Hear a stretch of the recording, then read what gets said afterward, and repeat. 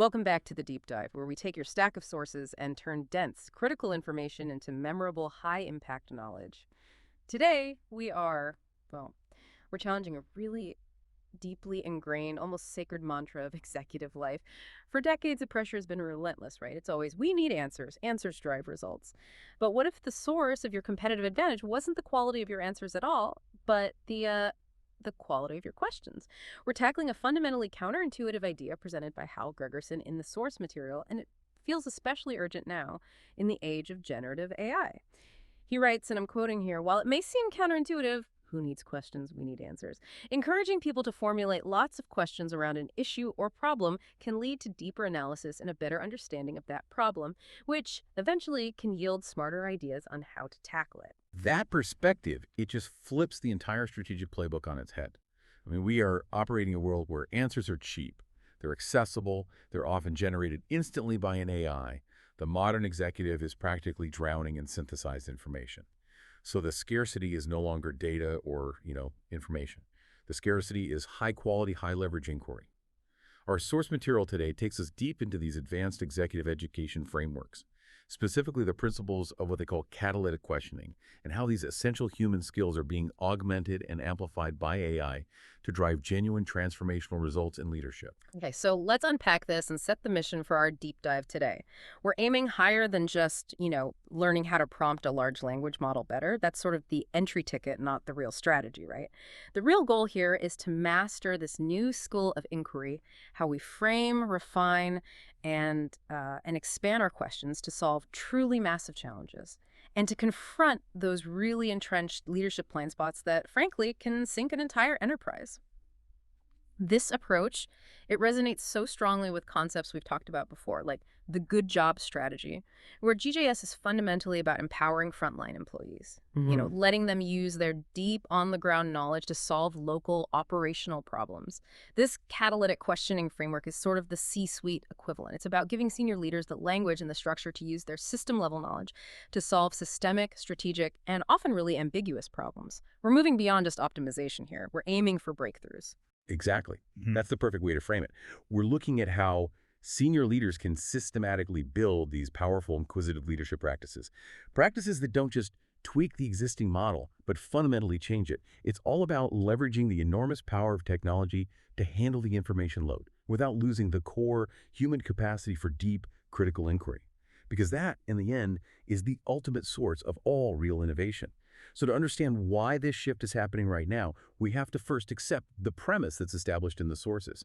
And that premise is AI is not an optional tool anymore. It is rapidly and fundamentally reshaping how organizations work, how decisions get made, and how complex problems are solved across every single industry.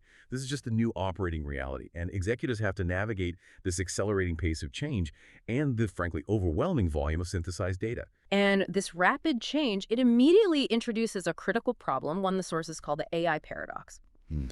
Let's look at a concrete hypothetical failure point to really illustrate this.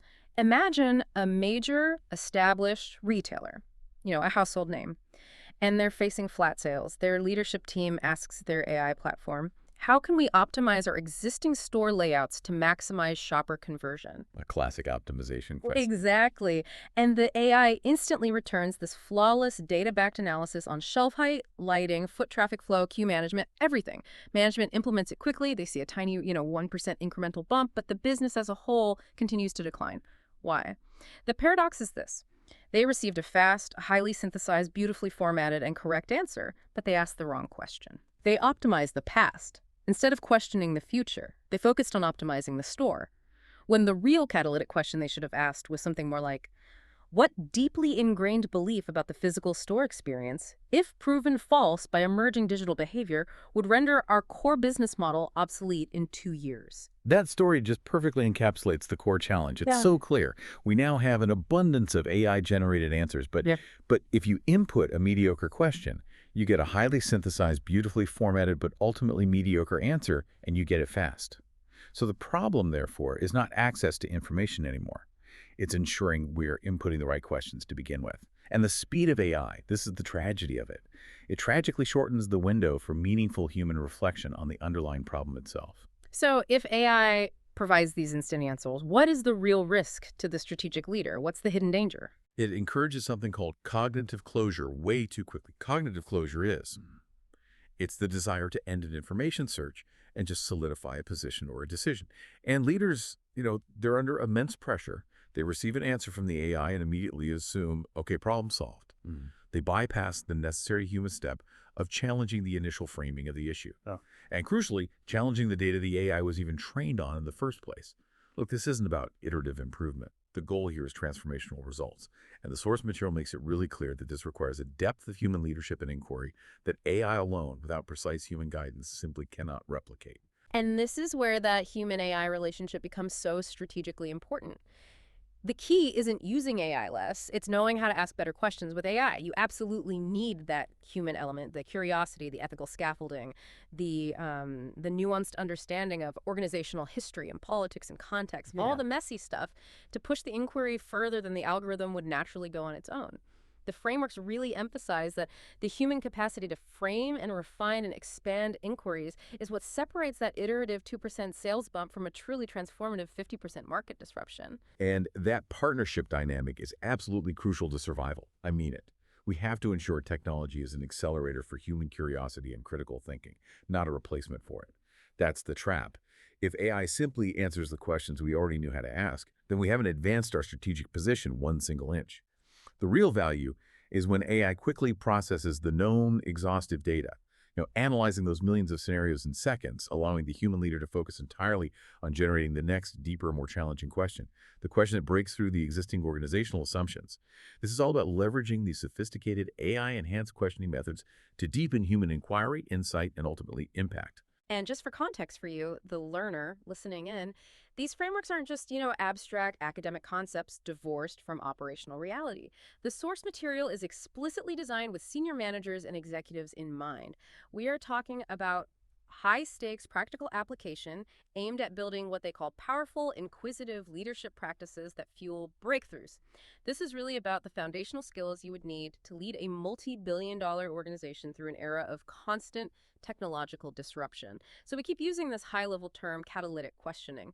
Since it's designed to produce transformational results, we really need to define exactly what it is. What makes it so different from just, asking why 5 times? Let's start with the chemistry analogy that's embedded right in the term. A catalyst in chemistry.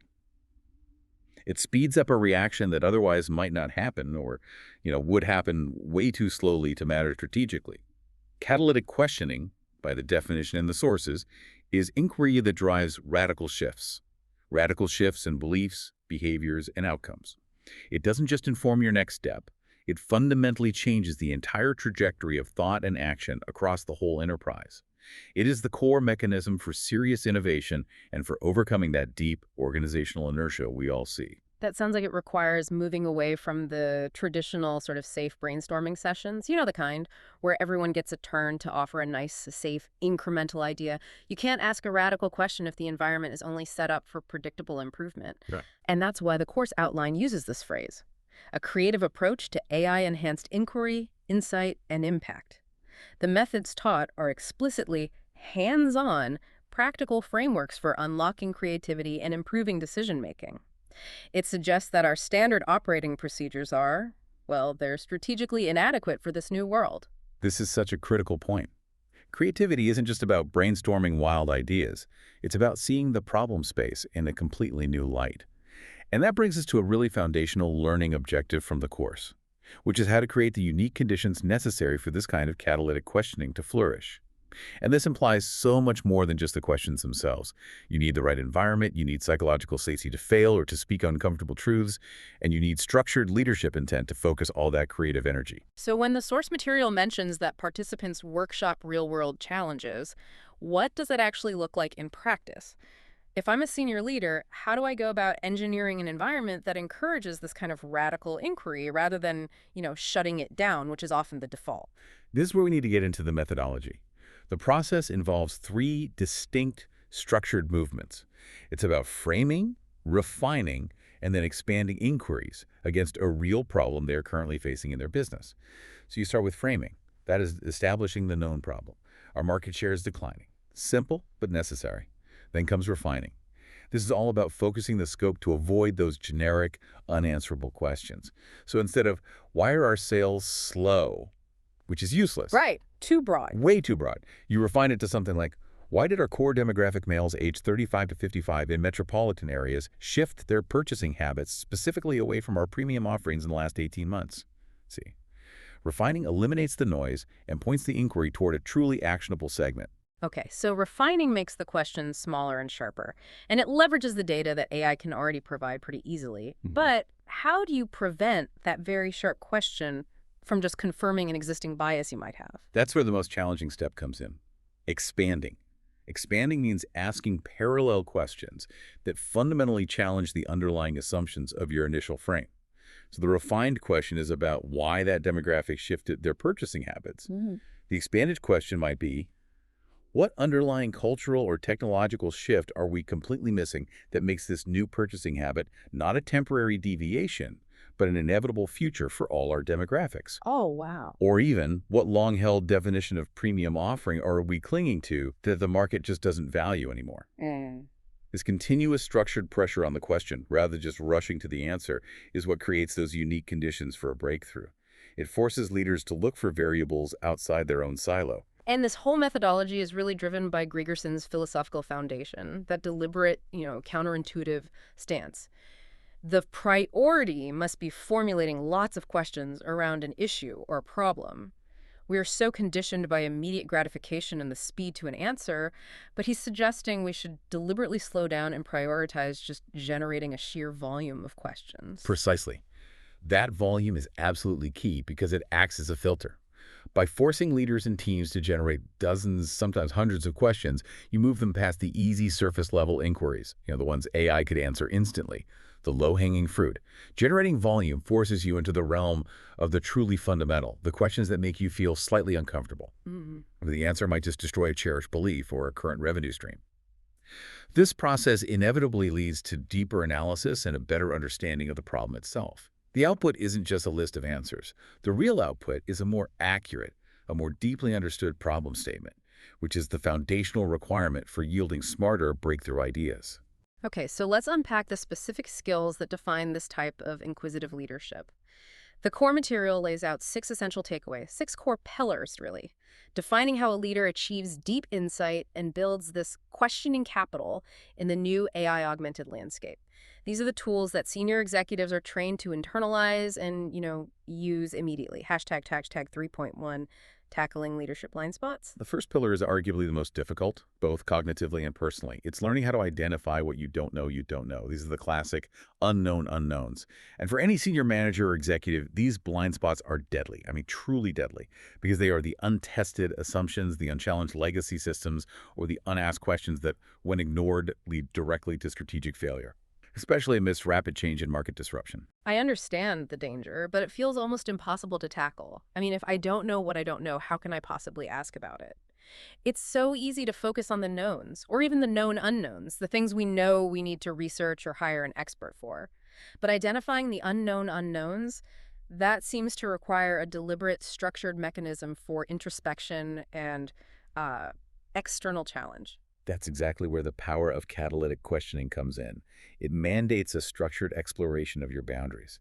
If a leader only asks questions within their current domain of expertise, finance, operations, marketing, the blind spots remain perfectly invisible. They're often protected by the inertia of past organizational success.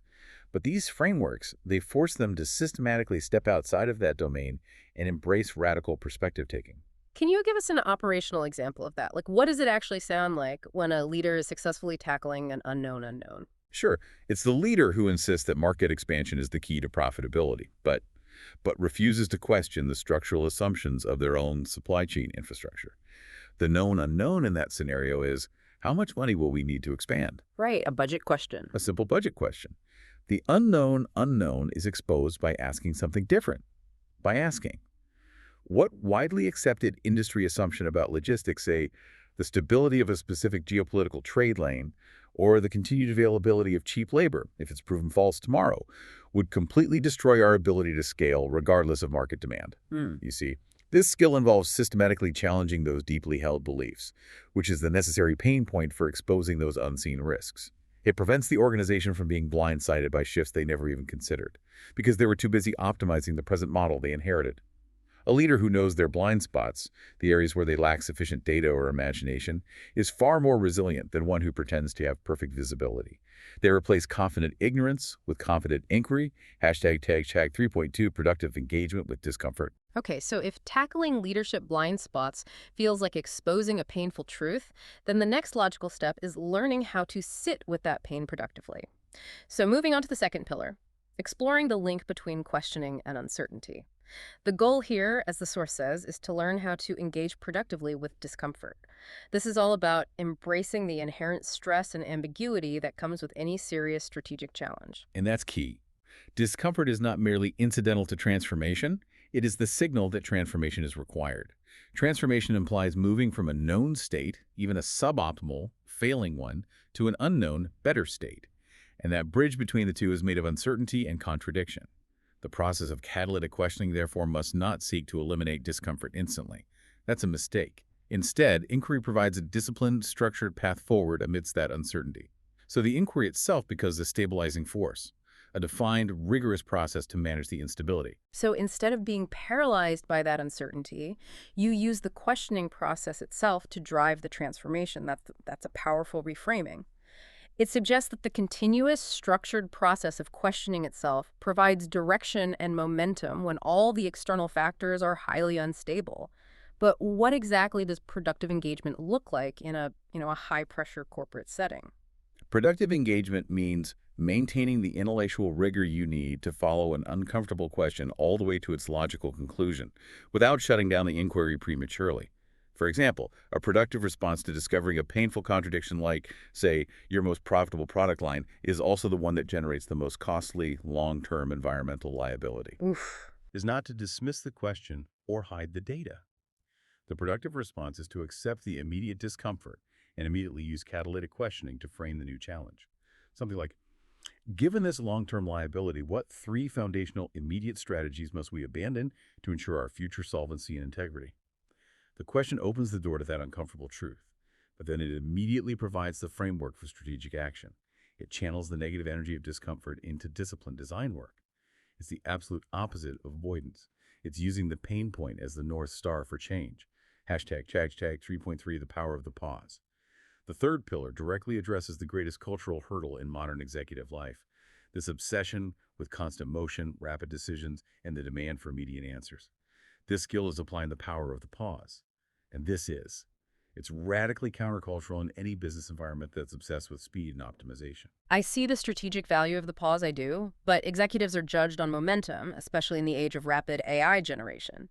They're expected to react instantly to market signals, and now we're saying they need to intentionally stop. How do you sell the idea of intentional reflection when the clock is ticking and 3 of your competitors just released a new product? Doesn't the pause just invite commitment paralysis? That's a crucial challenge. But we are not advocating for paralysis. We are advocating for precision. The pause is necessary for leveraging intentional reflection to sharpen your insights. In the AI age, the pause is more critical than ever, precisely because AI enables those instantaneous answers. If you don't pause, you immediately commit to action based on the first answer provided, and that answer, while it might be fast, and it might even be correct, it might not be catalytic. The pause is not a break. It's a strategic audit of your input. It's that moment where the leader asks, did I input the right question to begin with? What hidden bias did I inadvertently feed the AI? What critical context derived from human intuition or organizational history did the AI completely miss? So, the purpose of the pause isn't to slow down the entire organization, but to slow down that critical moment between insight and commitment, that point of maximum strategic vulnerability. It ensures that the right questions are the ones guiding strategic action, and it prevents the slow, silent death that comes from investing tons of time and money into a fundamentally flawed premise. Exactly. It's a deliberate step back to avoid what we might call commitment creep. The gradual accumulation of resources dedicated to a strategy that's based on low-quality, high-speed initial inquiries. By slowing down that moment between receiving a synthesized insight and deciding on a strategic investment, the leader creates space to run the insight through the catalytic questioning framework one last time. This ensures that the action is driven by validated insights derived from thoughtful inquiry, not just the pressure of the moment or the sheer speed of the AI output. Hashtag 3.4, deepening human-AI partnership. This next pillar feels central to the entire course philosophy, and it really ties all the prior points together. It's learning how to partner with AI to deepen human inquiry, insight, and impact. So this isn't about delegating the questioning to a machine. Not at all. It's about a sophisticated, iterative, human-led collaboration. This is where this strategic dynamic really shines. It defines the unique value proposition of the human leader in this new era. The human role focuses almost entirely on framing the catalytic questions, defining the context, and providing the ethical and strategic why. The human capacity for imagination and ambiguity, it remains paramount. AI, conversely, provides the muscle. It gives you the speed and the scale. It can synthesize immediate answers. It can model a million scenarios based on those answers. And essentially, it accelerates the process of iterating through the known information, a process that would have taken months or even years previously. Let's try to visualize this feedback loop for the listener. A human leader asks a high-level catalytic question, maybe one that was exposed during the pause we just discussed. Something like, what major investment decision are we making today that will fundamentally lock us into an obsolete technology 3 years from now? Perfect example. The AI then rapidly consumes vast amounts of data patent filings, startup investment trends, public research papers, competitor R&D announcements, to provide several plausible, data-backed answers detailing potential technological lock-ins. Now, here's the crucial step. The human leader doesn't stop there and simply say, okay, avoid option A. They take the AI's answer and use it as the raw material to formulate the next deeper question. The AI handles the complexity of data. The human handles the complexity of meaning. So the human leader now asks, if AI scenario A is true, that technology X is obsolete, what necessary but painful resource allocation shift are we currently avoiding that the AI data confirms we must immediately prioritize? This partnership ensures that technology is an accelerator for curiosity and critical thinking, pushing the boundaries of what is known, not a shortcut that bypasses essential human judgment and intuition. Hashtag 3.5, crafting a culture of inquiry.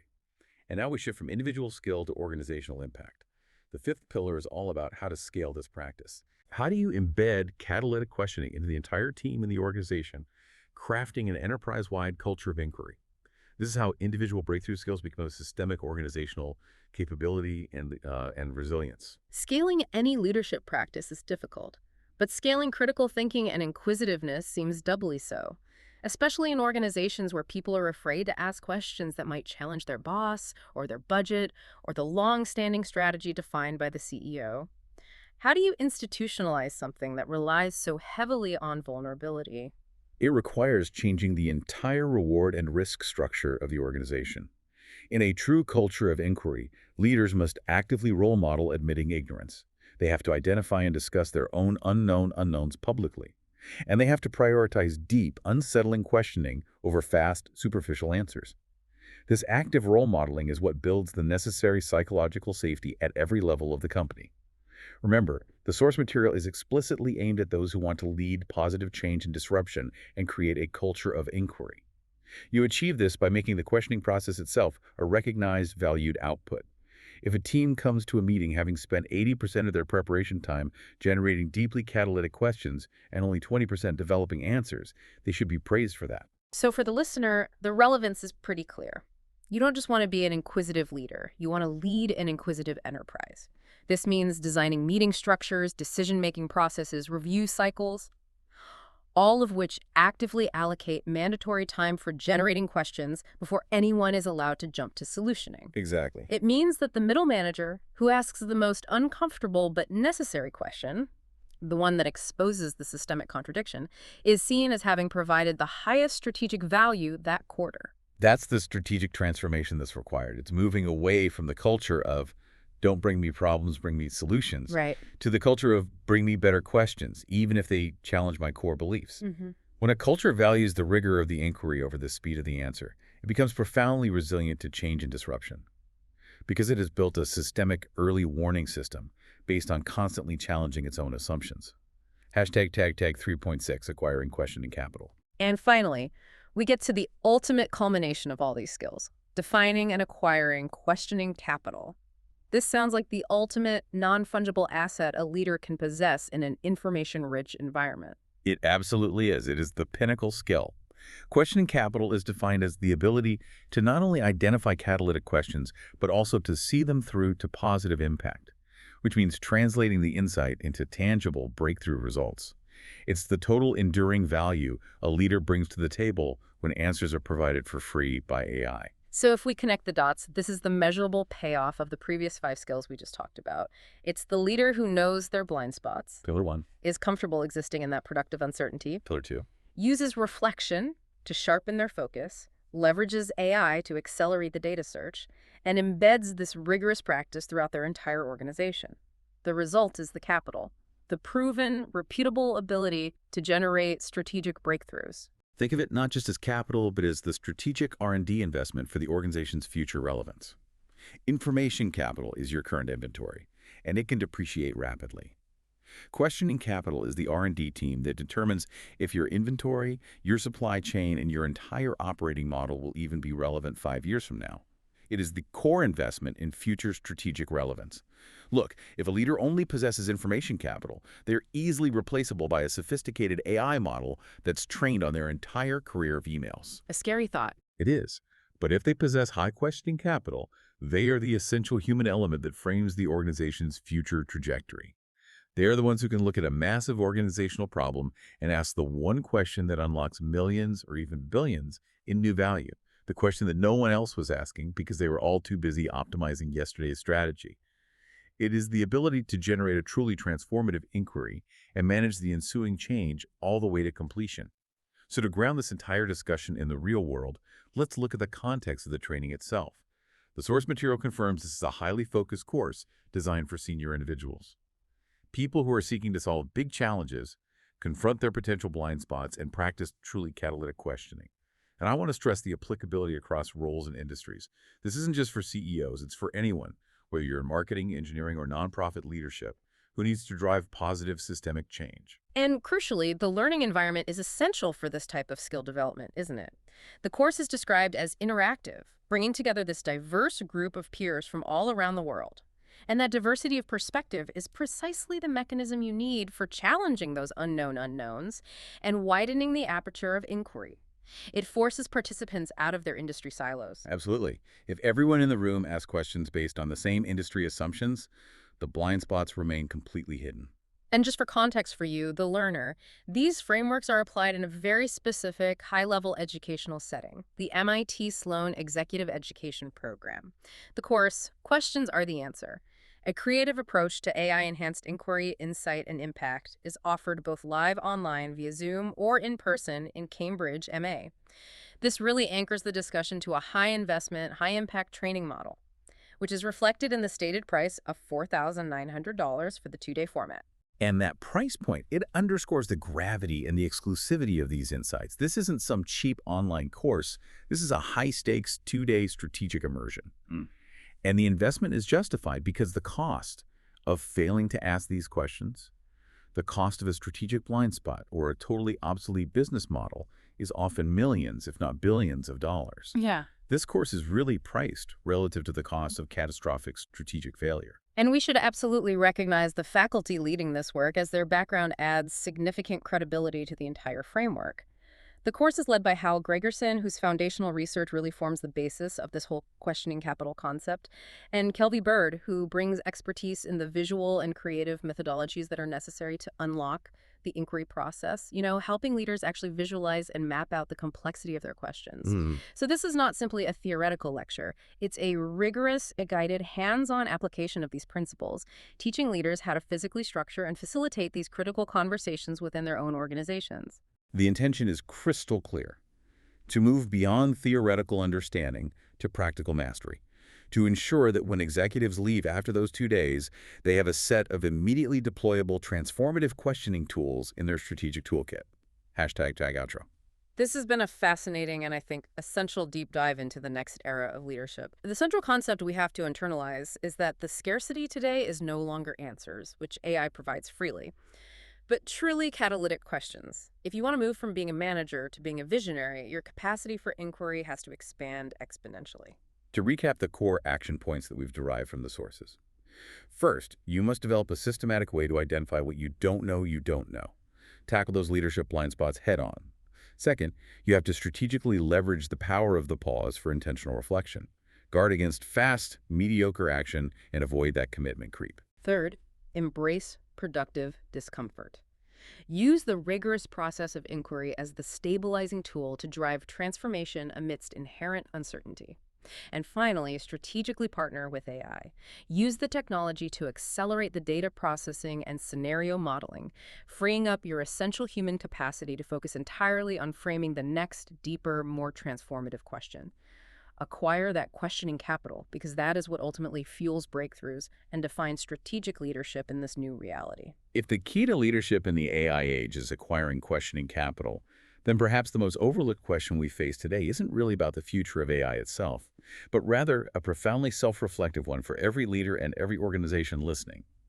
What deeply held belief about our market, our customers, or ourselves must we question right now, this week, to unlock the breakthrough we need most? That is the discomfort you must embrace, and that is something for you to explore on your own.